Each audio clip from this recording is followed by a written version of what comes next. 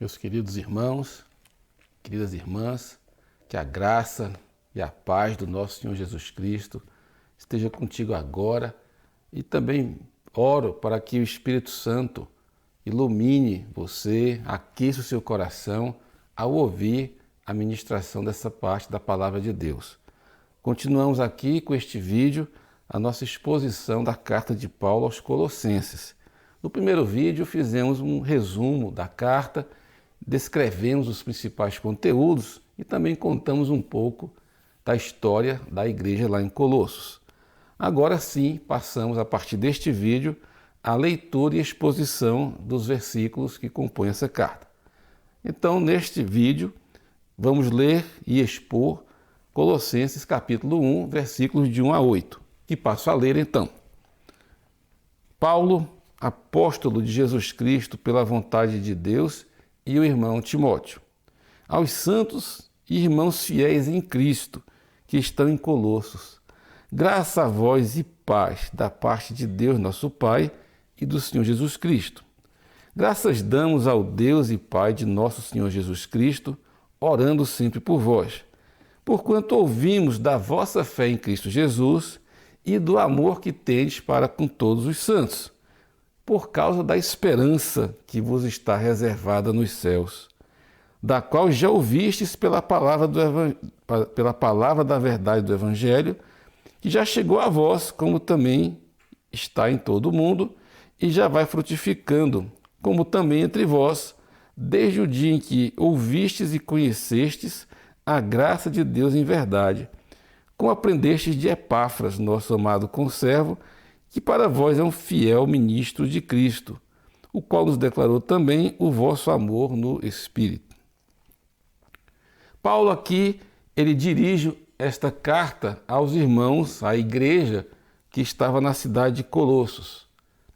Ali, a maioria dos irmãos que compunham aquela igreja eram oriundos de nações gentílicas, ou seja, povos que não o povo judeu. E, portanto, eram parte da esfera missionária de Paulo. Lembremos aqui que Jesus enviou Paulo para pregar para os gentios, para todos os povos além do povo de Israel.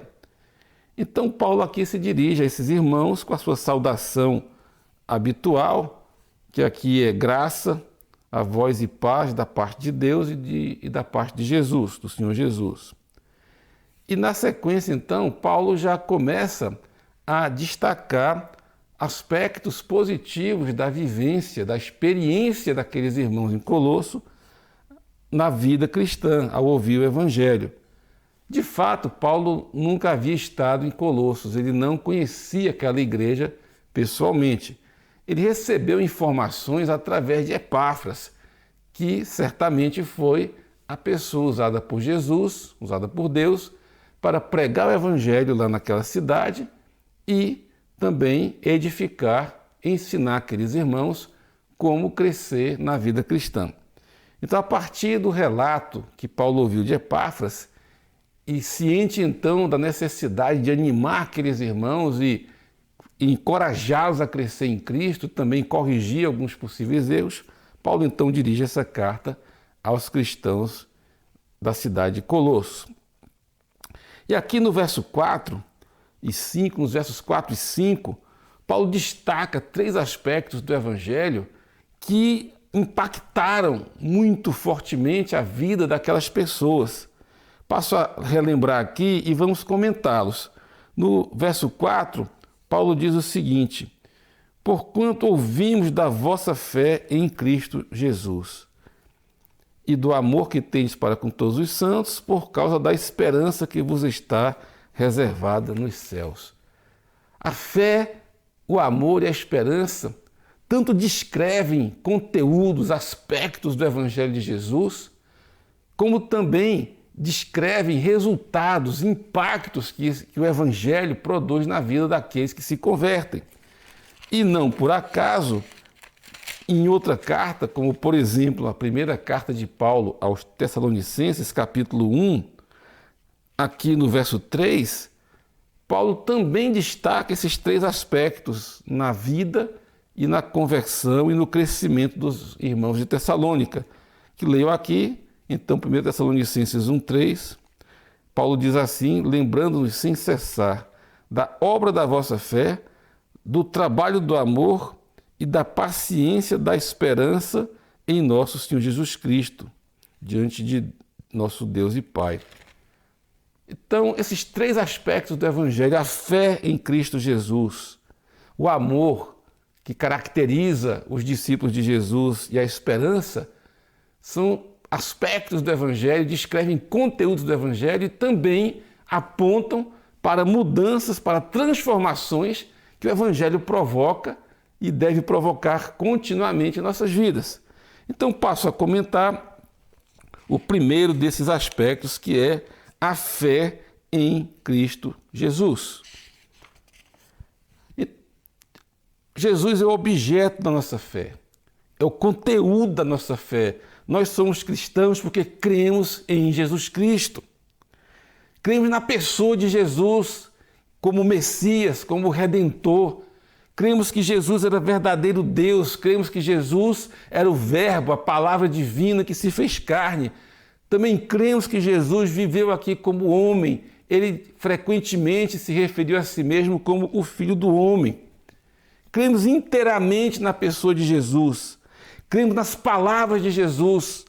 Em Lucas 9:26, Jesus deixa muito claro o seguinte: se algum de nós aqui nos envergonharmos dele e das suas palavras, ele então se envergonhará dessa pessoa diante do Pai.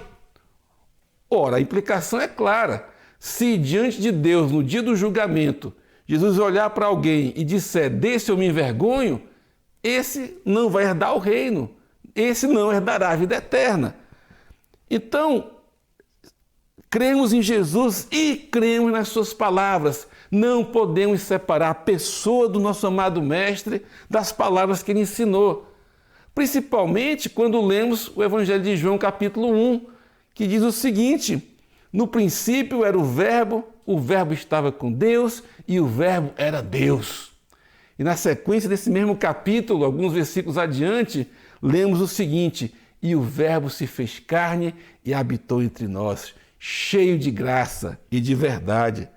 Então Jesus é Deus Filho, é a palavra de Deus encarnada e, portanto, tudo que ele falou, tudo que ele disse é expressão plena de Deus. Por isso, então, nossa fé é em Cristo, na sua pessoa, na sua vida, vida perfeita, sem pecado, como a Bíblia diz, nas suas palavras, até porque ele também disse que as suas palavras, as palavras dele, para nós são espírito e vida. Mas ainda cremos na obra redentora. Jesus morreu na cruz, ele pagou no Calvário o alto preço pelo pecado da humanidade. E naquele dia terrível, mas glorioso, ao mesmo tempo, ele proferiu aquele brado na cruz, dizendo, está completamente pago. Ele verteu seu sangue. Ele foi o Cordeiro de Deus, cujo sangue redime, purifica a humanidade. Cremos também na sua ressurreição. Ele venceu a morte não podia segurar Jesus, ele ressuscitou e está à destra do Pai em glória, e ele é o Rei dos Reis, o Senhor dos Senhores. Nossa fé é em Cristo Jesus. Agora, a fé em Cristo nos une a Cristo. A fé é muito mais do que concordar com essas verdades que eu expliquei. Alguém pode até concordar com essas coisas que eu falei e não ter a vida transformada e não experimentar de fato uma união íntima e pessoal com Cristo. A fé nos une a Cristo. Menciono aqui João 3,16. Evangelho de João, capítulo 3, verso 16, um texto que muitos sabemos de memória, mas que faço questão de ler diretamente aqui do Evangelho da Palavra de Deus. João 3,16, em que lemos o seguinte: porque Deus amou o mundo de tal maneira que deu o seu Filho unigênito, para que todo aquele que nele crê não pereça, mas tenha a vida eterna. Aqui é um detalhe gramatical interessantíssimo que eu passo a explicar. Em português, não existe a ideia de crer para dentro, mas é o que diz literalmente aqui o texto grego original. É crer para dentro de Jesus. Quando cremos em Jesus, essa fé nos coloca em Cristo. E há vários textos no Novo Testamento que descrevem isso. Quando cremos em Jesus, nós como que somos colocados dentro da pessoa do Mestre. Podemos ver isso, por exemplo, em Filipenses, capítulo 1, verso 29, que passo a ler aqui. Porquanto a vós foi concedido em relação a Cristo, não somente crer nele, como padecer por ele. Esse crer nele também significa crer para dentro dele. A fé nos une a Cristo. Também a fé como que coloca Cristo em nós. Leio aqui então sobre isso, Cristo em nós, Efésios capítulo 3, versos 16 e 17.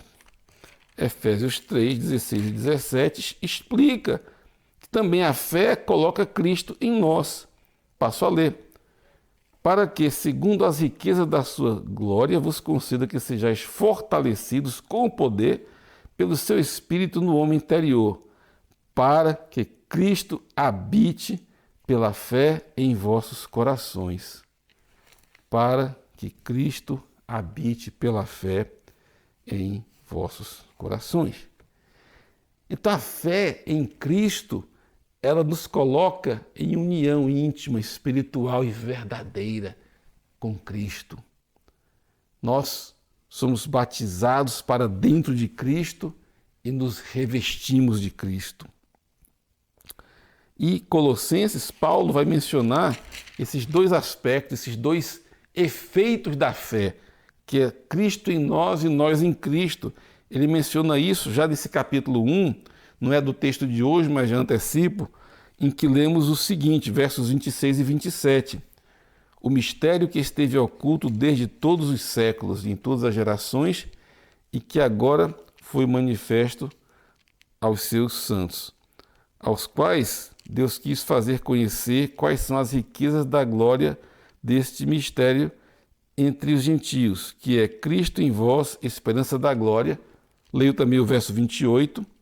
A quem anunciamos, admoestando a todo homem, ensinando a todo homem em toda a sabedoria, para que apresentemos todo homem perfeito em Cristo Jesus. Então, o mistério oculto, que agora é revelado, é que Cristo se faz presente em nós. E também nós, todos os que cremos, somos apresentados, aperfeiçoados em Cristo. Então a fé, ela nos une a Cristo. Ela nos coloca numa comunhão íntima, pessoal com Cristo. A nossa fé se expressa, então, em atitude, em como vivemos, não é? E aqui eu quero registrar esse ponto fundamental. Os cristãos lá de Colossos, eles não nasceram bebezinhos já colocados em Cristo. Eles se converteram a Cristo. Houve um momento em que eles ouviram a pregação do Evangelho, eles se arrependeram de seus pecados, eles negaram-se a si mesmos e começaram uma vida com Cristo, unidos a Cristo pela fé, colocados em Cristo e Cristo habitando neles. No Evangelho de Lucas, capítulo 9, versos 23 a 26, Jesus apresenta aqui o seu chamado à nossa conversão. Aqui Jesus nos chama a segui-lo. Passo a ler Lucas 9, 23 a 26. E dizia a todos, se alguém quiser vir após mim, negue-se a si mesmo, tome cada dia a sua cruz e siga-me. Porque qualquer que quiser salvar a sua vida, perdê-la-á. Mas qualquer que, por amor de mim, perder a sua vida, a salvará. Porque que aproveita o homem ganhar o mundo inteiro, granjear o mundo todo, como está aqui, perdendo-se ou prejudicando-se a si mesmo? Porque qualquer que de mim e das minhas palavras se envergonhar, Dele se envergonhará o Filho do Homem, quando vier na sua glória e na de seu Pai, e na do Pai e dos santos anjos. Eu lembro do dia na minha vida quando eu me dirigi a Jesus em oração, não compreendi as coisas com a clareza que hoje, pela graça de Deus, eu tenho, mas eu fui muito sincero naquele dia, muitos anos atrás, em que eu orei a Jesus e disse: Jesus, a partir de hoje eu vou te seguir. Jesus, a partir de hoje você é o meu Senhor e Salvador. A minha vida mudou ali. Mas aqui está a condição para seguir Jesus. Cada um de nós tem que tomar uma decisão consciente e de entrega a Ele. Ouvir do chamado, negar-se a si mesmo. Deixar uma vida egoísta só para mim, uma vida de pecado, unir-me a Cristo por fé, passar a estar nele e ele em mim, e aí sim, a suposta vida que eu perdi, que não valia nada na verdade, fica para trás e eu passo a ter uma vida com Cristo e em Cristo, eu nele e ele em mim. Então, se você que me ouve ainda não entregou a sua vida a Jesus nesses termos, ainda não decidiu tomar a sua cruz, negar a si mesmo e seguir Jesus, esse é o momento. Ouvindo essa mensagem, ore ao Senhor Jesus, renuncie a si mesmo e o siga. Exerça uma fé nele, na pessoa dele, na vida dele, nas palavras dele e comece agora uma nova vida com Cristo e com Cristo em você. Essa é a fé em Cristo e ela nos une a Ele e coloca a vida dele em nós. Na sequência aqui também, o outro aspecto do Evangelho é o amor. Aqui no verso 4, Colossenses 1, 4, ele falou então da fé em Cristo e do amor para com todos os santos. Para explicar isso, passo a ler aqui o Evangelho de João, capítulo 13, versos 34 e 35. João 13, esse capítulo começa com Jesus lavando os pés dos discípulos. Estávamos 12 reunidos ao redor da mesa no cenáculo. Jesus então pega água, pega uma toalha e passa a lavar os pés de cada um deles. Não vou ler todos os detalhes do capítulo, mas então Jesus deu um exemplo de amor, de serviço. E aqui então, na sequência, ele dá um novo mandamento. E passo a ler então, João 13, 34 e 35. Um novo mandamento vos dou, que vos ameis uns aos outros, como eu vos amei a vós, que também vós uns aos outros vos ameis. Nisto todos conhecerão que sois meus discípulos, se vos amardes uns aos outros.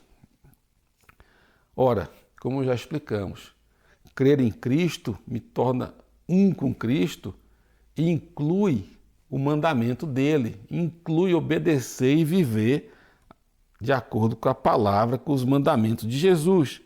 E aqui é um mandamento destacado, aqui é um mandamento especial. Ele diz assim: um novo mandamento vos dou.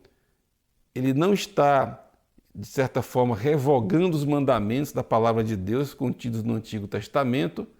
Não é nosso tema explicar isso, mas de modo geral podemos dizer que Jesus não revogou os mandamentos dados lá no Antigo Testamento, mas apresentou um novo mandamento, muito mais elevado do que todos os outros, que é o seguinte: você que diz que me segue, você que é meu discípulo, você que é um cristão, você tem que amar o seu irmão em Cristo como eu amei vocês, disse Jesus.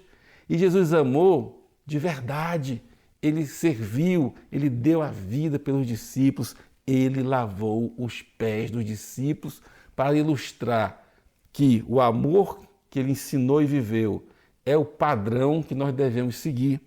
Então, assim como Jesus me amou, assim como ele amou você, assim como ele amou aqueles 12 homens, e lembro aqui que no momento em que ele lavou os pés dos discípulos, Judas, o traidor, ainda estava presente. Na sequência, Judas sai. Então, esse é o mandamento que nos identifica como discípulos.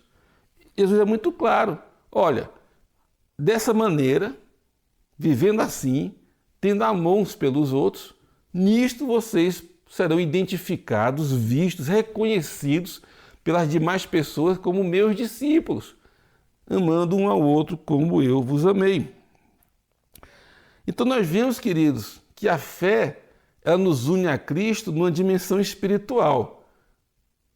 Nós não temos assim um acesso físico a Jesus nesse momento, mas no nosso espírito, na nossa alma, já experimentamos essa presença de Cristo em nós, em nosso coração, nós nele e ele em nós. Como lemos em Efésios 3, Cristo habite pela fé em nossos corações. Significa que ainda que não é físico, nós podemos experimentar o amor, a paz que vem da presença de Jesus em nós.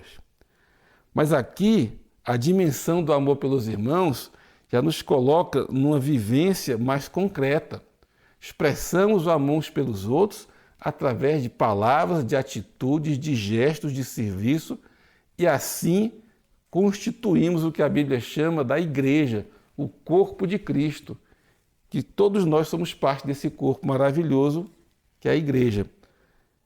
Então, aqueles irmãos não só experimentavam Cristo em seus corações, aqueles irmãos não só estavam unidos a Cristo, mas também, de forma coerente, capacitados, nascidos de novo por essa união com Cristo, eles tinham uma vida verdadeira de amor um pelo outro, não só de discurso, mas de atitude, em palavras, em serviço, em socorro, em ter misericórdia um do outro, em repartir a palavra de Deus entre eles. Assim é a expressão de amor. Orar um pelo outro, perdoar uns aos outros, suportar uns aos outros. Todos esses aspectos e mandamentos compõem esse amor por todos os santos.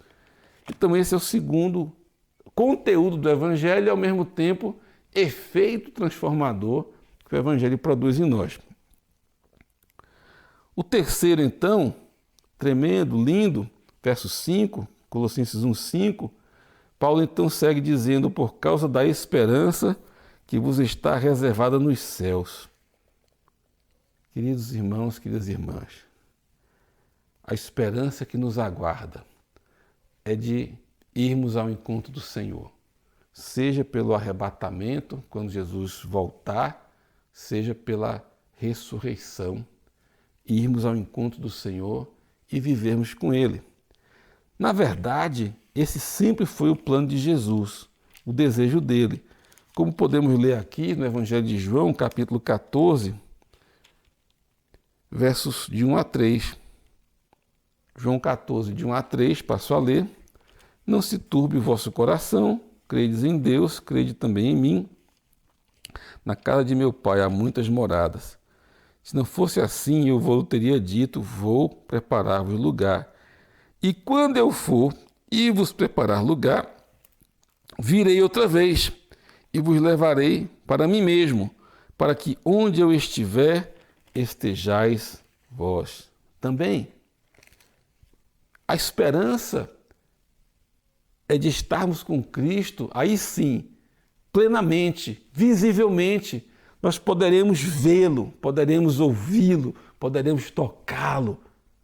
Aí a nossa comunhão, a nossa união a Cristo, a nossa união com os irmãos, com todos os discípulos de Jesus, com todos os santos do Antigo Testamento, do Novo, com todos aqueles que foram salvos e redimidos por Jesus, a nossa união com Cristo, a nossa união com a igreja, que é o seu corpo, será total. Hoje a nossa união com Cristo é verdadeira, ela já opera, mas ela não é total, porque nós não o vemos com esses olhos naturais. A nossa união com os irmãos é verdadeira, é viva, é real, em amor, mas ainda tem limitações. Mas a nossa esperança é que na volta de Jesus, ressoada a trombeta de Deus, ouvida a voz do arcanjo, seremos unidos a Ele e aos irmãos. Então, essa é a nossa esperança. E nessa mesma carta, aqui de Colossenses, capítulo 3, verso 4, Paulo explora esse assunto mais detalhadamente, que eu vou ler antecipadamente, mas não é o tema da explicação em detalhe hoje. Colossenses 3 e 4, Paulo diz assim: quando Cristo, que é a nossa vida, se manifestar, então também vós vos manifestareis com Ele em glória. Aqui Paulo fala da volta do Senhor, que nós cremos está muito próxima, e aí sim estaremos plenamente, totalmente com o Senhor nos ares, na Nova Jerusalém. Quem sabe um dia vamos gravar também explicações sobre isso. A fé, o amor, a esperança. Resumidamente aqui, a fé nos une a Cristo. O amor nos vincula a Cristo e aos irmãos. E a esperança é a que faz com que olhemos para o que é eterno. A nossa vida aqui é de passagem, mas Jesus nos chama para uma vida eterna com Ele e com o Pai, e com os irmãos e na presença dEle. Passo a ler aqui e explicar os outros versos, os do 6 ao 8, antes que chegue a nossa conclusão, né? Verso 6, falando do Evangelho. O final do verso 5 fala que já ouvistes pela palavra da verdade do Evangelho, que já chegou a vós como está em todo o mundo e já vai frutificando, como também entre vós, desde o dia em que ouvistes e conhecestes a graça de Deus em verdade. O Evangelho é verdade. O Evangelho comunica da graça de Deus, do amor de Deus, da bondade de Deus, principalmente da redenção, da salvação, do resgate que Deus nos oferece através de Jesus. É graça e é verdade, porque Jesus, como Deus, ele fala a verdade. A verdade é parte do caráter de Deus. Deus é verdadeiro, Deus é fiel, Deus é confiável, né?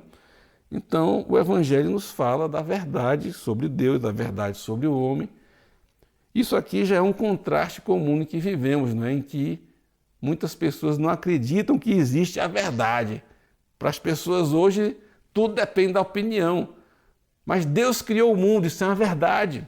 Deus enviou Jesus, ele viveu nessa terra, isso é um fato histórico verdadeiro. Ele morreu, há testemunhas, há relatos no Evangelho. Ele ressuscitou, isso é verdade. Na cruz ele derramou seu sangue, o alto preço pelo meu perdão, pelo seu perdão, pelo resgate de nossas vidas. E isso é verdade. Tudo isso também são expressões da graça e da bondade de Deus. Aqui o verso 7 fala novamente de Epáfras, né? Aliás, pela primeira vez, né? Fala de Epáfras, quem foi a pessoa que pregou lá para eles, que Paulo chama de conservo, né? É quem trabalhou junto com Paulo e que para os cristãos lá de Colossos era um servo, um ministro fiel de Cristo, e que também Epáfras deu a Paulo testemunho do amor daqueles irmãos. Queridos irmãos e irmãs, vamos aplicar essas verdades, essas revelações a nós. Primeiro, a nossa fé nos une a Cristo. Essa é a vitória que vence o mundo, a nossa fé.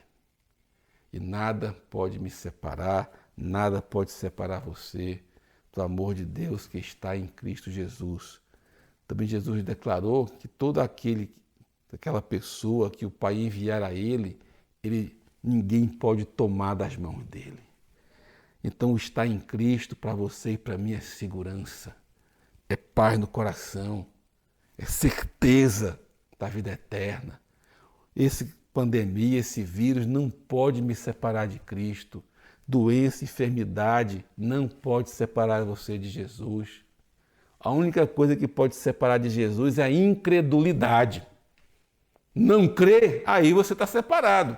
A incredulidade separa. A fé me une a Cristo, une você a Cristo em uma união eterna eterna, inquebrantável. Eu estou em Cristo, Cristo está em mim. Eu e você somos ramos enxertados em Cristo, que é a videira verdadeira, e de Cristo recebemos amor, graça, vida, poder, cura, libertação. Em Cristo estamos livres do pecado. Em Cristo todos os poderes do maligno não têm domínio sobre nós. Ao longo do resto da carta, Paulo vai explicar muito sobre Cristo e as tremendas implicações e privilégios que é estar em Cristo, mas isso vem pela fé. Agora, o amor. Se estou em Cristo e Cristo está em mim, eu tenho que amar meus irmãos, eu tenho que amar minha família. Amar não segundo um padrão, uma ideia mundana ou filosófica. O padrão de amor para mim e para você é amar como Jesus amou.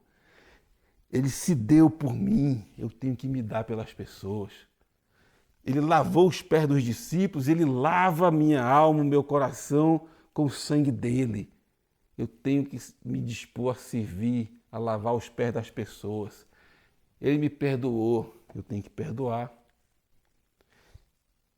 Ele cuidou de mim com amor e cuida de mim. Ele é o meu bom pastor. Eu tenho que cuidar das pessoas com amor, com carinho, amar como Jesus amou. E nesse contexto em que vivemos, como é necessário isso, queridos? Quantas pessoas estão precisando de um telefonema? Quantas pessoas estão lutando com a solidão, com a angústia, com a depressão, com a tristeza, porque já são tantos meses dessa situação difícil, pessoas ficando doentes, um e outro morrendo. Irmãos, é um tempo em que o nosso amor uns pelos outros, o amor semelhante de Jesus, tem que ser verdadeiro, tem que se manifestar. Que Deus te ilumine os olhos e Deus te guie a ser solidário com as pessoas, a ter misericórdia de quem está sofrendo, a acudir quem passa necessidade. Não porque isso vai te salvar, é porque você já está salvo. Você foi salvo por Cristo para viver em amor e para fazer essas boas obras exatamente como fruto de arrependimento, como produto da salvação que você recebe em Cristo. E finalmente a esperança. Quando eu olho para toda a dificuldade que cerca o mundo nesse momento, mas eu olho para o horizonte da eternidade e vejo se aproximar aquele dia em que uma trombeta vai soar e nós estaremos levados ao encontro do Senhor, ou se já tivermos morrido, ressuscitaremos e iremos ao encontro dele. Esta vida passa. Aqui as coisas que se veem, Paulo diz em outra carta, as coisas que nós vemos são passageiras, são temporais, as que nós não vemos por olhos naturais são eternas. A esperança me faz ter certeza de que todo esse contexto e situação é temporário e que o que importa é quando Cristo se manifestar em glória, que cada um de nós também nos manifestemos com Ele, inseridos nele em glória.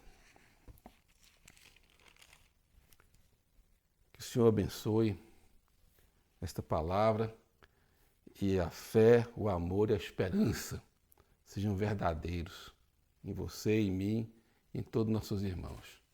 Que Deus abençoe a todos.